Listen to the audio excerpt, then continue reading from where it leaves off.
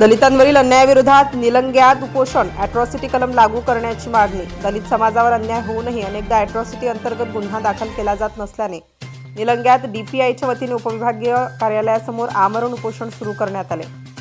तत्पूर्वी तथागत गौतम बुद्ध यांच्या चरणी पुष्प अर्पण करून छत्रपती शिवाजी महाराज, परमपूज्य डॉक्टर बाबासाहेब आंबेडकर तसेच लोकशाहीर अण्णाभाऊ साठे यांच्या प्रतिमांना पुष्पहार अर्पण करत सर्व महामानवांना अभिवादन करून आज दिनांक 6 जानेवारी 2026 रोजी निलंगा येथे डेमोक्रेटिक पार्टी ऑफ इंडियाचे निलंगा तालुका अध्यक्ष प्रदीपभाऊ थोरात यांच्या नेतृत्वात हे आमरण उपोषण सुरू झाले असून दलित समाजावर अन्याय होऊनही अनेक प्रकरणांमध्ये अनुसूचित जाती जमाती अत्याचार प्रतिबंधक कायदा अॅट्रॉसिटी ॲक्ट अंतर्गत गुन्हे दाखल केले जात नाहीत याचे स्पष्टीकरण पोलीस प्रशासनाने जनतेसमोर मांडावे, अन्यथा संबंधित प्रकरणांमध्ये तात्काळ अॅट्रॉसिटी कायद्यानुसार गुन्हे दाखल करावेत अशी ठाम मागणी उपोषणकर्ते प्रदीपभाऊ थोरात यांनी केली असून जोपर्यंत अॅट्रॉसिटी कायद्यानुसार कारवाई होत नाही तोपर्यंत उपोषण मागे घेतले जाणार नाही असा इशाराही यावेळी त्यांनी दिलाय।